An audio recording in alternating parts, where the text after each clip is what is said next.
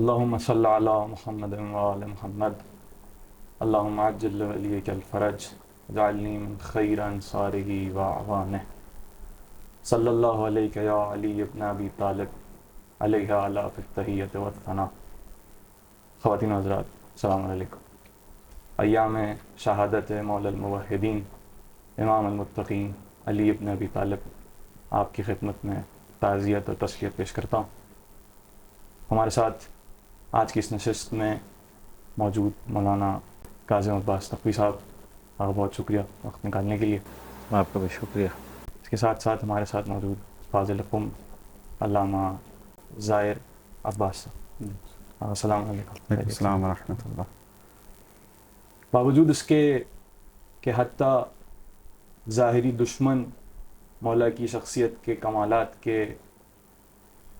کمالات کو مانتے تھے، باوجود اس کے کہ اگر کسی سے بھی پوچھا جائے علی کی شخصیت کے بارے میں تو کوئی بھی اس بات کا داعی نہیں ہو سکتا کہ مولا کے اندر کوئی بھی انسانی کمزوری موجود تھی۔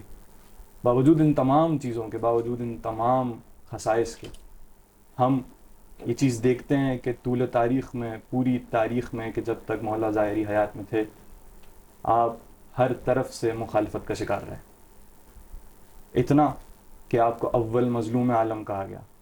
آج ہم اس نشست میں ان انسانی رویوں کی جانب آپ سب کی توجہ اور اپنی توجہ مرکوز کرنے کی کوشش کریں گے کہ وہ رویے کہ جو ایک شخص کو، ایک سوسائٹی کو، ایک جامعے کو ایک امام معصوم کے سامنے ایسے کھڑا کرتے ہیں کہ امام معصوم اول مظلوم عالم کہلاتا ہے۔ میں اپنے سوال کو شروع کروں گا آقا کاظم عباس صاحب سے کہ باوجود ان تمام کمالات کے کہ جو سب اس کے معترف ہیں، حتیٰ کہ دشمنان مولا بھی اس بات کے معترف رہے کہ مولا کے اندر یہ کمالات موجود ہیں اور کسی انسانی میں لفظ استعمال کروں، کسی بھی انسانی کمزوری کے متحمل وہ شخصیت نہیں ہے، باوجود اس کے اتنی مخالفت درجن، اتنی مخالفت کے باعث بنی کہ مولا کو مسجد میں شہید کیا گیا۔ اس کے حوالے سے اعوذ باللہ السمیع العلیم من الشیطان الرجیم، بسم اللہ الرحمن الرحیم، الحمدللہ رب العالمین والصلاة والسلام علی رسولہ الکریم واہل بیتہ الطیبین الطاہرین، لا سیما امیر المؤمنین علی بن ابی طالب علیہ الصلاۃ والسلام، ولعنۃ اللہ علی اعدائہم اجمعین۔ برادر علی رضا، یقیناً آپ نے ایک بہت اہم موضوع کی طرف توجہ دلائی ہے، اور یہ وہ بات ہے کہ جس پر ہم سب کو سوچنے کی ضرورت ہے۔ ٹیکنیکلی ہم اپنے لیے بھی اس چیز کو یہ سمجھتے ہیں کہ شاید حضرت امیر علیہ الصلاۃ والسلام یا ائمہ اطہار علیہ الصلاۃ والسلام کہ جو ہم ان کی ایک اجمالی سی شناخت رکھتے ہیں، ایک جنرل جو ہمارے پاس نالج ہے، بھئی یہ نالج کافی ہے کہ ہم پہچانتے ہیں کہ کوئی علی بن ابی طالب علیہ الصلاۃ والسلام نامی شخصیت تاریخ میں تھی، اس کے پاس یہ کمالات تھے، اور یہ کہ میں ان کی نسبت جو ہے وہ محبین میں سے ہوں، چونکہ میرا ان کے ساتھ ایک کنیکشن ہے، میرا ایک رابطہ ہے۔ جبکہ ہم تاریخ میں یہ بارہا دیکھتے آئے، حتیٰ انبیاء کی تاریخ میں بھی ہمیں یہ ملتا ہے، معصومین کی تاریخ میں بارہا یہ ملتا ہے کہ ان سے محبت کے دعویٰ کرنے والے، ان کے اوپر ایمان کا اظہار کرنے والی ایک بہت بڑی تعداد ایسی ہے کہ جو مشکل وقت میں یا بعض صورتوں میں عین ان کے مقابل پر آ جاتی ہے۔ اب یہ بالآخر کچھ رویے ہیں جو طول تاریخ میں ہم بارہا اس کو تکراراً اور مراراً یعنی دیکھ رہے ہیں کہ کنٹینیوٹی کے ساتھ پیش آتے ہیں۔ بنیادی طور پہ یعنی خود یہ اپنی جگہ ایک بحث ہے کہ جب ہم یہ کہتے ہیں کہ ہسٹری ریپیٹس اٹ سیلف، تو ہمیں ایک سوال یہ بھی کرنا چاہیے، وائی ہسٹری کیوں اپنے آپ کو ریپیٹ کرتی ہے؟ بالآخر اس کی بھی تو کوئی وجہ ہونی چاہیے نا۔ آیا وہ کوئی قانون، وہ تکوین ہے؟ تکوین نہیں ہے۔ اس کے پیچھے جو ریزن ہے وہ بنیادی طور پر یہی ہے کہ ہمارے اجتماعی رویے، ان کے اندر ایک یکسانیت پائی جاتی ہے۔ اب جب اس رویے کے مقابلے پر حالات پیش آتے ہیں اور ہم اسی طرح سے بیہیو کرتے ہیں تو وہی صورتحال افراد، چہرے، سچویشنز کو تبدیل کرنے کے باوجود بھی جو اس کا، جیسے خود کارل مارکس کہتا ہے یا ہیگل کی جو ڈائلیکٹک تھیوری ہے، فلسفی ہے، اس کے اندر تھیسس، اینٹی تھیسس اور سینتھسس جو ہے، انہوں نے جو اس چیز کو تاریخ میں سے نکال کر اور پھر جبر تاریخ کو بیان کرنے کی کوشش کی ہے، وہاں پر ہم یہ کہہ سکتے ہیں کہ تھوڑی سی نگاہ کو تبدیل کرنے کی ضرورت ہے۔ یہ جو جس کو آپ جبر تاریخ کہہ رہے ہیں وہ جبر تاریخ نہیں ہے، وہ ہماری ایک بڑی سمپل سی مسٹیک ہے۔ آپ ہر دفعہ ایک ہی تھیسس کے سامنے اگر ایک اسپیسیفک بیہیویئر رکھو گے تو اس کا ویسے ہی اینٹی تھیسس آئے گا اور یقیناً اس کا سینتھیسس بھی وہی ہوگا. لیکن کہاں ہم اگر اپنے رویوں کو تبدیل کر دیں، مثلا سچویشن ہمارے سامنے آئے اور ہم اپنا اجتماعی رویہ تبدیل کریں، تو کیا پھر اس وہی تھیسس اور وہی اینٹی تھیسس ہوگا؟ ہرگز نہیں ہوگا، تبدیلی آ جائے گی. جو قرآن میں تاریخ کو اتنا بیان کیا گیا ہے، یا تاریخ کو جو عبرت کے لیے بیان کیا گیا کہ تاریخ سے عبرت لی جائے، اس کا ایک اہم موضوع یہی ہے کہ جب ہم یہ دیکھیں کہ یہ حالات، یہ فیکٹرز ہیں کہ جن کی وجہ سے یہ نتیجہ نکل رہا ہے، تو ہمارا کام یہ کہ we should try to change those factors. جب ہم وہ فیکٹرز تبدیل کر لیں گے، automatically the course of history will change. اچھا، اب اس کو اگر آپ خلاصہ کرنا چاہتے ہیں قرآن میں، ان اللہ لا یغیر ما بقوم حتی یغیروا ما بانفسہم، اللہ تعالیٰ واضح طور پر کہتا ہے جب تک قوم اپنی حالت کو نہ بدلنا چاہے، اللہ تعالیٰ اس کے حالات نہیں بدلتا. جتنے بھی گزشتہ اقوام کے واقعات ہیں، ان کے بعد اللہ تعالیٰ بار بار یہ کہتا ہے کہ کیوں حل من مدکر، کہیں پہ کہہ رہا ہے کیوں تم ان کو سے اپنے لیے عبرت نہیں لیتے، کیوں تمہیں تذکر حاصل نہیں ہوتا. بار بار ان کے عذاب کو بیان کرنے کے بعد ان سے کہہ رہا ہے کہ تم کیوں نہیں کر رہے. اس کے پیچھے جو ریزن ہے وہ یہ ہے کہ اپنے رویے کو تبدیل کرو.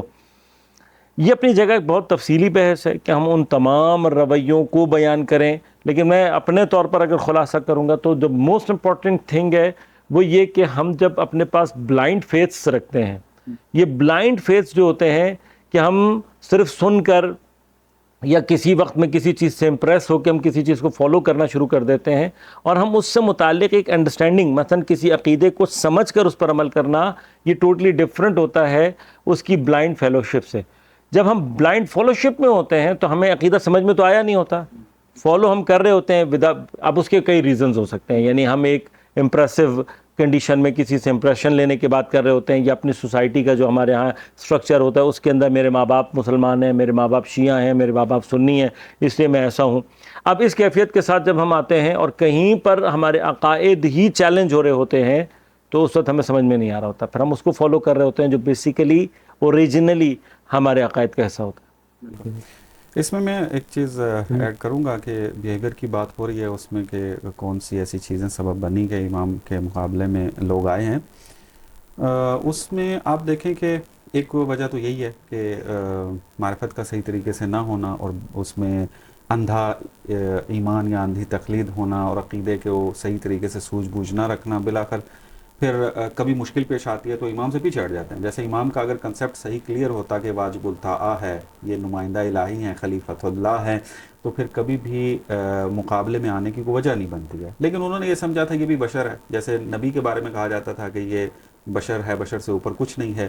تو جیسے یا مطلب مور ٹیکنیکلی یہ کہا جائے ہمارے جیسا ہے، ہمارے جیسا ہے ایگزیکٹلی جو. تو اگر یہ کنسیپٹ ہوگا ظاہر سی بات ہے پھر اگر کہیں پر کوئی جنگ ہوتی ہے، کوئی فیصلہ ہوتا ہے اور ان کو سمجھ نہیں آ رہا ہوتا، وہ کہتے ہیں کیسے ہو سکتا ہے. جیسے آپ خوارج کی حالت دیکھ لیں، کیوں وہ پیچھے ہٹے تھے آگے. مولا علی علیہ السلام نے ایک فیصلہ لیا تھا، وہ فیصلہ ان کو نہیں سمجھ میں آ رہا تھا. کیوں سمجھ میں نہیں آتا؟ چونکہ مولا علی کو وہ والا خلیفۃ اللہ نہیں مان رہے تھے کہ جس کو اللہ نے بنایا تھا، جس کو پیغمبر نے متعارف کروایا تھا. تو چونکہ معرفت کم تھی ان کی، ایک عام اپنے جیسا ایک عام بشر سمجھ رہے تھے، اور اب نالج کے اعتبار سے بھی اپنے جیسا سمجھ رہے تھے کہ علم بھی ان کا اسی طرح محدود ہو رہا ہے، تو لہٰذا انہوں نے کہا کہ علی غلطی کر رہا ہے، نعوذ باللہ. تو یہاں پر اب مقابلہ آ جاتا ہے، چونکہ جہالت یہاں پر اپنا کام دکھا رہی تھی.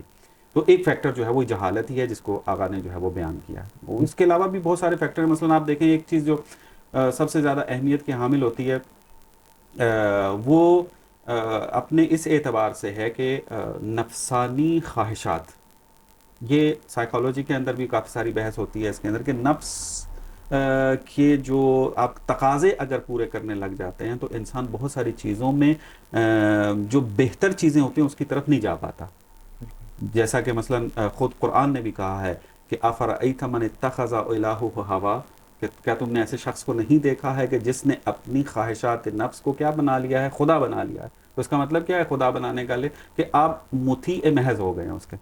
تو جو بندہ اپنے نفس کے لیے مطیع محض ہو جاتا ہے، اب امام کی اگر پیروی کرنی ہے، امام کے ساتھ اگر چلنا ہے تو وہاں پر سختیاں بھی ہیں، مصیبتیں بھی ہیں، کچھ چیزوں میں آپ کو پابندی بھی ہے، کیونکہ آپ نے ایک سفر طے کرنا ہے. اس سفر میں کچھ تقاضے ہیں کہ جو آپ کا نفس کہہ رہا ہے کہ کریں، امام کہہ رہا ہے کہ نہیں کریں. وہاں پہ ہوائے نفس جس کو آپ نے خدا بنایا ہوا ہے وہ کہتا ہے کہ نہیں تم نے کرنا ہے. تو یہاں پر اب انسان جب ہوائے نفس کا شکار ہو جاتا ہے تو وہ امام کے مقابل میں کھڑا ہو جاتا ہے اس میں. بالکل. اس کا مطلب یہ ہے کہ اگر میں اجتماعی طور پر سمرائز کرنے کی کوشش کروں تو آقا نے فرمایا کہ امام کی معرفت کا نہ ہونا, ولی خدا کی معرفت کا درست انداز میں نہ ہونا, اور دوسری بات جو آپ نے بیان کی کہ ہوائے نفس کا مطیع ہونا, یہ انسان کو اس بات پہ مجبور کرتا ہے کہ امام کے حتیٰ امام کے سامنے مخالف میں کھڑا ہوتا ہے. اگر انہی باتوں پر تھوڑا سا میں سمرائز کرنے, میں آپ کی طرف اگر کاظم میں سوال بڑھاتا ہوں کہ وہ کیا اسپیسیفک کچھ بیان کیجئے, کون سی وہ ہوائے نفسانی ہے یا وہ کون سی نفسانی کمزوریاں ہیں, کچھ ان میں سے بیان کرنے کی کوشش کیجیے. اصل میں مقصد اس کو بیان کرنے کا یہ ہے, اس کے ساتھ ساتھ سوال بھی میرا سمجھ لیجیے کہ کیا, جس طرح بالکل آپ نے بیان بھی کیا کہ وہ نفسانی کمزوریاں کہ جو امام کے مخالف پانے کا سبب بنتی ہیں وہ زمانے میں اگر موجود تھیں تو کیا وہ اس زمانے میں موجود ہیں, جس کا آپ نے یقین بتایا کہ وہ آج موجود ہیں. اس کا مطلب کہ وہ زمانہ بھی امام کا متحمل نہیں ہونے کے لائق تھا, اور آج بھی اگر یہ نفسانی کمزوریاں موجود ہیں تو آج بھی ہم ایک ولی خدا کی اطاعت کے لائق نہیں. جی علی بھائی دیکھیں, سوال آپ کا واقعاً بہت ماشاءاللہ ڈیپ بھی ہے اور شاید ضروری بھی ہے.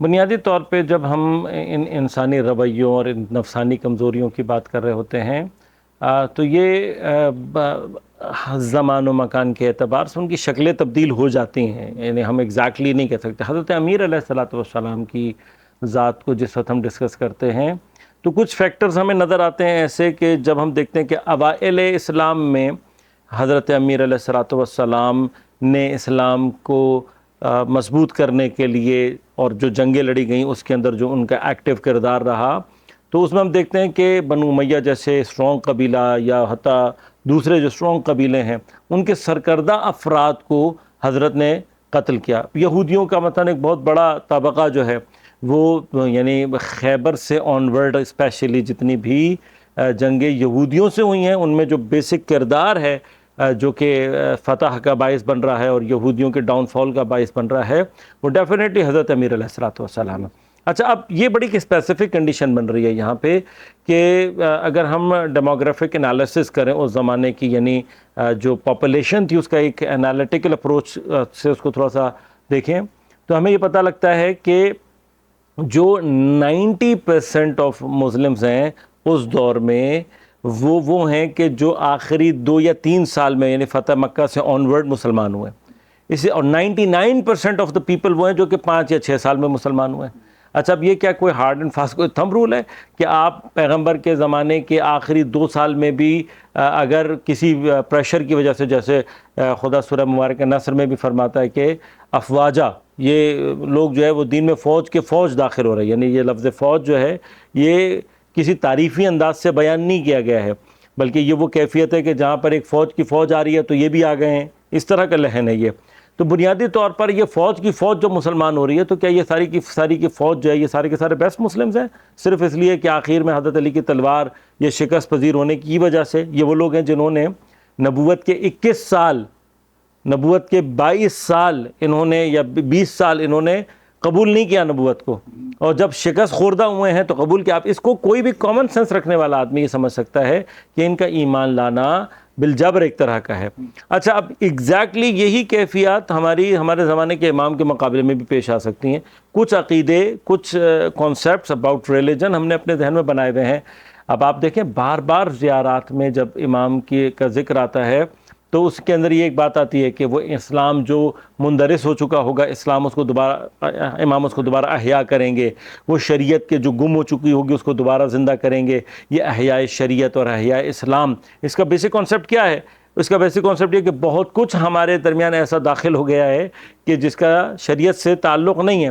اب جب آنے والی شخصیت ان چیزوں کی مخالفت کرے گی تو یہاں پر وہ ہوائے نفسانی, ہم نے دیکھا یہی اصل مخالفت چل رہی تھی. یہی لگ رہا ایک بہت بڑا جھگڑا انبیاء کے مقابلے پہ کیا تھا, جی ہمارے ماں باپ یہ کیا کرتے تھے, اور یہ دلیل تو نہیں ہے کسی چیز کی کہ تمہارے ماں باپ کرتے تھے. یہاں بحث صحیح یا غلط ہونے کی نہیں ہے, جو اہم ترین بات ہے وہ یہ کہ آپ کے پاس کسی بھی چیز کی اگر دلیل ہونی چاہیے یا اس کے پیچھے عقل ہونی چاہیے یا شریعت ہونی چاہیے. یہ جو آپ کہہ رہے ہیں کہ میرے ماں باپ ایسا کرتے تھے میں اس لیے کر رہا ہوں, نہ یہ عقل ہے نہ شریعت ہے. یہ بلائنڈ فالوشپ ہے، یہ پھر بات وہیں پہ پلٹ جاتی ہے۔ تو اس طرح کے جتنے بھی عوامل ہیں وہ آج بھی ہمارے ہاں پائے جاتے ہیں۔ اچھا امام آئیں گے اور امام کے آنے کے بعد لازمات ہے جو کوئی بھی مخالفت میں اس لیول پر جائے گا کہ جہاں پر وہ امام کی بات نہیں مانے گا، تو وہ ایٹ دی اینڈ وہ مرحلہ ہوگا کہ ہو سکتا ہے کہ امام کو بہت سارے لوگوں کے لیے تلوار اٹھانی پڑے۔ اب جس کا باپ، جس کا بھائی، جس کا رشتہ دار امام کی تلوار سے قتل ہوا ہو، اگلے مرحلے میں اس کو امام کے مقابلے پر کیا اس کا رویہ ہونا چاہیے، یہ سوال آج کے دور میں بھی کھڑا ہے، اس دور میں بھی کھڑا ہے۔ اور اس دور میں ہم نے واضح طور پہ دیکھا کہ اکثر مخالفین حضرت امیر علیہ السلام کے وہ تھے کہ جن کو کہیں نہ کہیں حضرت امیر کی تلوار سے چوٹ پہنچی ہوئی تھی، اور انہوں نے پھر اپنا پورا رنگ دکھایا جو تاریخ میں میرے اور آپ کے سامنے۔ جی اس میں آپ آ کے مختلف اگر میں مصداقی گفتگو کروں، بالکل آپ کو بہت سارے ایسے افراد ملیں گے کہ جو بہت زیادہ دعوے دار تھے کہ ہم جو ہے وہ حجت خدا کے ماننے والے ہیں، ہم تو ان کی اطاعت کریں گے۔ اس کی ایک مثال میں امیر علیہ السلام سے ہٹ کر اگر دوں تو پیغمبر اکرم صلی اللہ علیہ وآلہ وسلم، ان کی جب بشارت دی گئی تھی پچھلی کتابوں کے اندر، تو یہودی اپنا علاقہ چھوڑ کر مدینہ کے اطراف میں بس گئے تھے۔ اس کی وجہ یہ تھی کہ ان کی کتاب کے اندر یہ تمام شواہد اور قرائن موجود تھے کہ اس علاقے سے آخری نبی نے آنا ہے، بالکل وہ انتظار کر رہے تھے۔ اور قرآن اس کے اوپر تائید کی مہر بھی لگا رہا ہے کہ یعرفونہ کما یعرفون ابناءہم، کہ وہ پیغمبر کو اس طریقے سے جانتے تھے جیسے وہ اپنی اولادوں کو پہچانتے ہیں۔ لیکن جب پیغمبر نے جو ہے وہ مبعوث ہوئے اور دعوی نبوت کی آ کے کیا نتیجہ نکلا کہ یہی یہودی جو اتنے سالوں سے زحمتیں کر کے مدینہ آ کر بسے تھے، اپنا ملک چھوڑ کے، اپنی جگہ چھوڑ کے، وہ نبی کے مقابلے میں آ جاتے ہیں۔ بلکہ بدترین، اگر یعنی قرآن کی اصطلاح میں بھی دیکھا جائے تو اشد الناس عداوۃ للذین آمنوا، یعنی ان یہود کی دشمنی اتنی بڑھ گئی کہ باوجود اس کے کہ قرآن کہہ رہا ہے کہ وہ اس طریقے سے جانتے تھے۔ پہلے ہم نے بات کیا کی کہ جہالت ایک فیکٹر بنتا ہے کہ وہ مقابلے میں آ جاتے ہیں، یہاں تو جہالت فیکٹر ہے ہی نہیں ہے، یہاں پہ تو یعرفونہ کما یعرفون ابناءہم، اگر آیت صحیح پہ پڑھ رہا ہوں، میرے حفظ سے پڑھ رہا ہوں، کہ اپنے بیٹوں کی طرح جس طرح پہچان رکھتے تھے وہ پیغمبر کی رکھتے تھے، لیکن پھر بھی وہ پیغمبر کے مقابلے میں آئے۔ اور اسی میں اسی نقطے پہ میں آپ سے سوال یہ کروں گا کہ اس کی تصحیح بھی کیجیے گا کہ اگر یہ چیز تاریخی طور پر مستند ہے یا نہیں۔ ان کی مخالفت کی ایک وجہ یہ بھی تھی کہ جو نبی تھے انہوں نے دیکھا کہ یہ بنی اسحاق میں سے نہیں، بنی اسماعیل میں سے ہیں، تو کیا ہم اس کو ایک پریجڈس یا تعصب کے طور پہ لے سکتے ہیں کہ جی تعصب قبیلہ تھا یہ، تعصب قبیلہ؟ جی جو سب سے زیادہ مسئلہ بنا تھا وہ یہی تھا کہ یہ کہتے تھے، ان کو یہ گمان تھا کہ آخری نبی ہم میں سے ہوگا، لہذا اسی وجہ سے پورے کے پورے قبیلہ وہاں پہ آ کے جو ہے بسا۔ بلکہ میں مولانا کی بات کو تھوڑا سا اور ایلیبریٹ کرنا، البتہ جسارت آپ کی خدمت میں، لیکن یہ کہ یعنی یہ پریجڈس جو ہے، ریشل پریجڈس اتنا شدید تھا کہ ان کو اس بات کے اوپر اس حد تک یقین، یعنی یوں سمجھ لیں کہ انہوں نے اس بات کو یقین کی منزل پر پہنچایا ہوا تھا کہ اگر ہم بنی اسحاق وہاں نہیں ہوں گے تو پیغمبر آئے گا کہاں سے؟ یعنی ہم وہاں پر ہوں گے تو پیغمبر ہم سے ہی آئے گا، یعنی اس لیول پر انہوں نے اپنے آپ کو پہنچایا ہوا تھا۔ اور خدا وہاں پر یقین، جو مطلب خدا کا ایک ہے انداز کہ وہ امتحان ہی ایسے لگتا ہے کہ ان کی ایکسپیکٹیشن سے ہٹ کر ایک چیز ہوئی ہے، اور بنی اسماعیل سے صرف اس ایکسپیکٹیشن کو اللہ تعالیٰ نے آزمایا ہے، تو آپ دیکھیں کہ بدترین دشمن جو ہے وہ پھر یہ بنے ہیں اور ابھی تک چل رہے ہیں اس میں۔ بالکل ایسے۔ اسی میں سے میں ایک آخری، کیونکہ ہمارا وقت بھی یقیناً محدود ہے، تو اسی میں سے سوال میں آج کے دور کے حساب سے کرنے کی کوشش کرتا ہوں۔ اس میں ہم یہ دیکھتے ہیں کہ اگر راہ حق کے مقابلے میں میرے کوئی بھی وابستگان آ کے کھڑے ہوں اور ان وابستگان سے میں اپنی وابستگی قائم رکھوں، اس کا مطلب ہے کہ میں راہ حق سے منحرف ہو گیا۔ یعنی مجھے اپنے آپ کو اتنا ڈیولپ کرنا ہے کہ اگر امام یہ کہے کہ اپنے کسی رشتہ دار کو بھی جا کے اس کے ساتھ میں مخالفت کروں تو مجھے اس مخالفت کی میرے اندر تاب ہونی چاہیے۔ اس رویے کو اپنے اندر انسان آج کے دور میں رہتے ہوئے امام کی ظہور کی تیاری کے لیے کس طریقے سے یہ رویہ ڈیولپ کرے؟ جی بالکل، اس میں آپ دیکھیں نمونے تاریخ کے، جس طرح آقا نے بہت خوبصورتی سے وہ بیان کیا ہے کہ تاریخ اپنے آپ کو دہراتی ہے، اور ہر امت جو ہے وہ دیکھے کہ آیا جو ہم جس زمانے ہم زندگی گزار رہے ہیں، جیسے ہماری زندگی گزر رہی ہے، وہ کہیں پچھلی جو تاریخ گزری ہے کسی بدترین تاریخ کے تو ہم مصداق نہیں بن رہے ہیں آ کے۔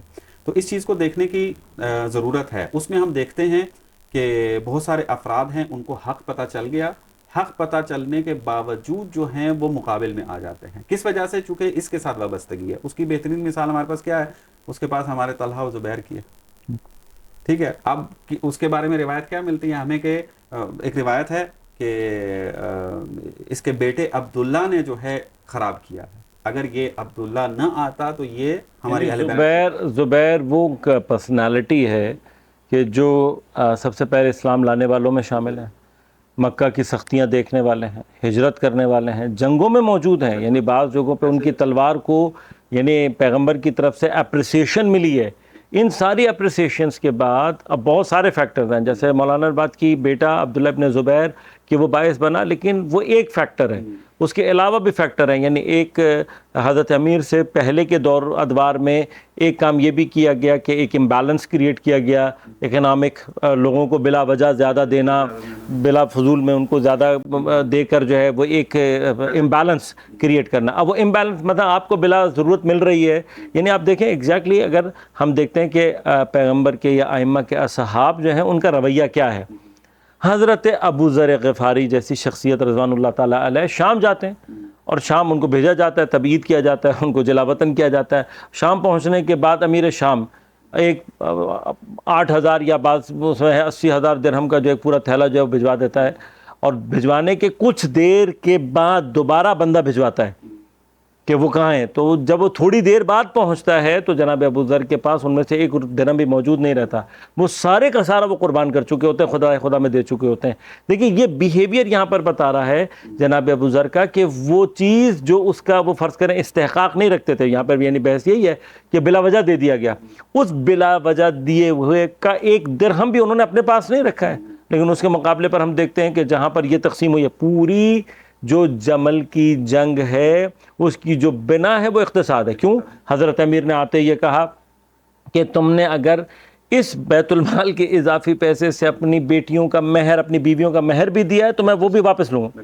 That was the strong stance. اچھا یہی چیز اس وقت امام زمانہ جل اللہ تعالیٰ فرجہ شریف, اگر ہم اس پیٹرن میں بات کرتے ہیں ایگزیکٹلی یہی ہونا ہے. جس نے بھی جہاں پر بھی دین کا مال دبایا ہوا ہے, جو کوئی بھی اس وقت خمس کی ہیرا پھیری کر رہا ہے کسی بھی عنوان سے دین کے ساتھ, اب وہ اس کے لیے ضروری نہیں ہے کہ وہ عالم دین ہو یا غیر عالم دین ہو یا کچھ بھی ہو, جو بھی اس وقت دین کے ساتھ مذاق کر رہا ہے, جب امام آئیں گے تو things will get very clear.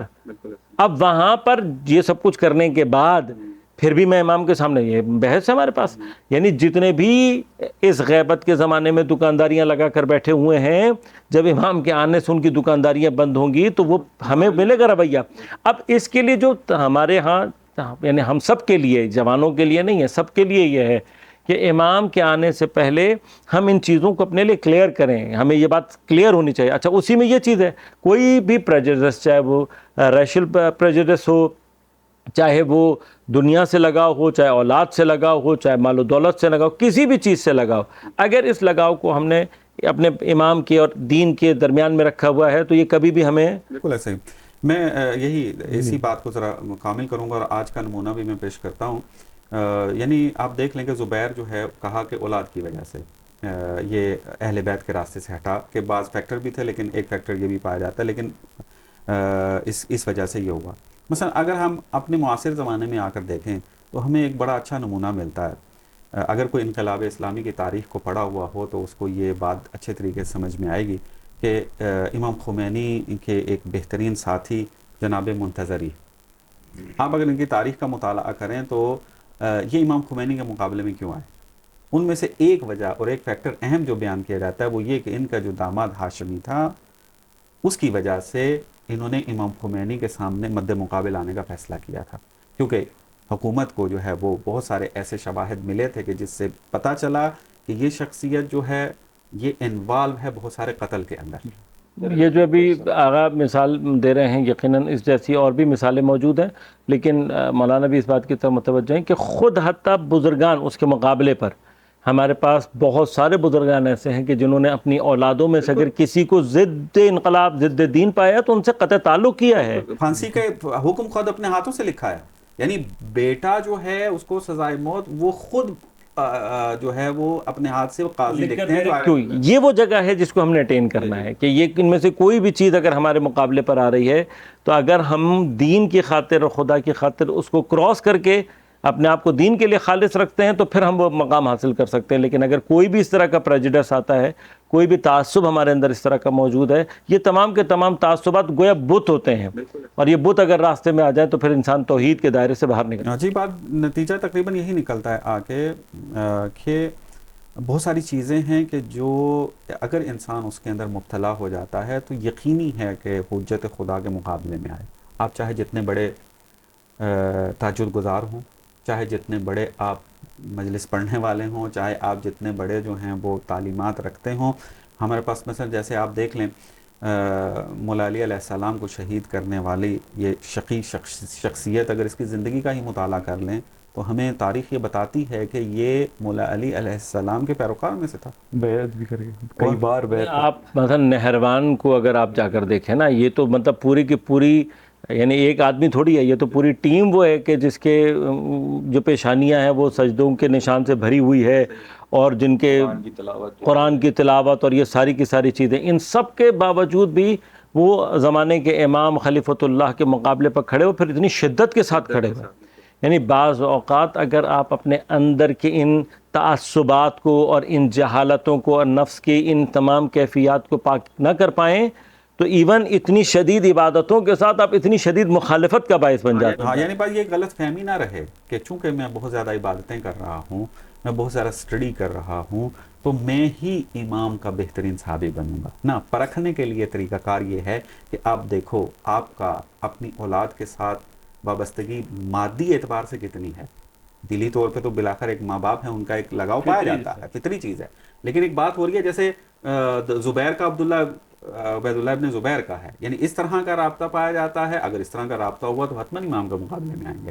میرا اپنے نفس کے ساتھ رابطہ کیسا ہے؟ میں اپنے نفس کی ہر بات مان رہا ہوں یا نہ اپنے نفس کی مخالفت بھی کرتا ہوں؟ یہ معیار ہیں، وہ پیمانہ ہے کہ جس سے ہم پہچان سکتے ہیں کہ اگر امام ظہور کریں گے آیا ہم ان کے سپاہیوں میں شمار ہوں گے یا ان کے مد مقابل آئیں گے. بہت ہوا. اگر بہت شکریہ. آپ کے وقت کا بھی وقت یقیناً محدود ہے، ورنہ یہ بحث تو یقیناً بہت عمیق بحث ہے اور زیادہ ٹائم مانگتی ہے. آپ کا بھی بہت شکریہ ٹائم نکالنے کے لیے.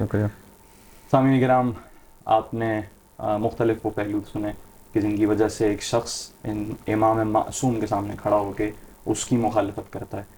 خدا کرے کہ اس رمضان ہم